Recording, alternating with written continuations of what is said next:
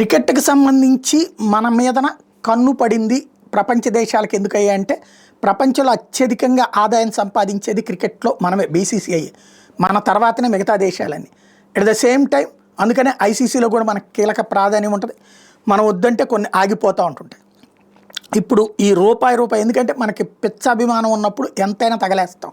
దాని ఇంపాక్ట్ ఇక్కడ బాగా వాడుకుంటున్నారు. టెలివిజన్ ప్రసారాల హక్కులు, అట్లాగే ఇప్పుడు ఓటీటీకి సంబంధించినటువంటి ప్లాట్ఫామ్ హక్కులు కోట్ల రూపాయలు పలుకుతున్నాయి. ఈ మధ్యన దాని పేరేంటి ఐనాక్స్లలో కూడా హక్కులు ఇస్తున్నారు. ఐనాక్స్లో కూడా అవి ప్రసారాలు చేస్తున్నారు. తద్వారా కూడా డబ్బులు వస్తున్నాయి.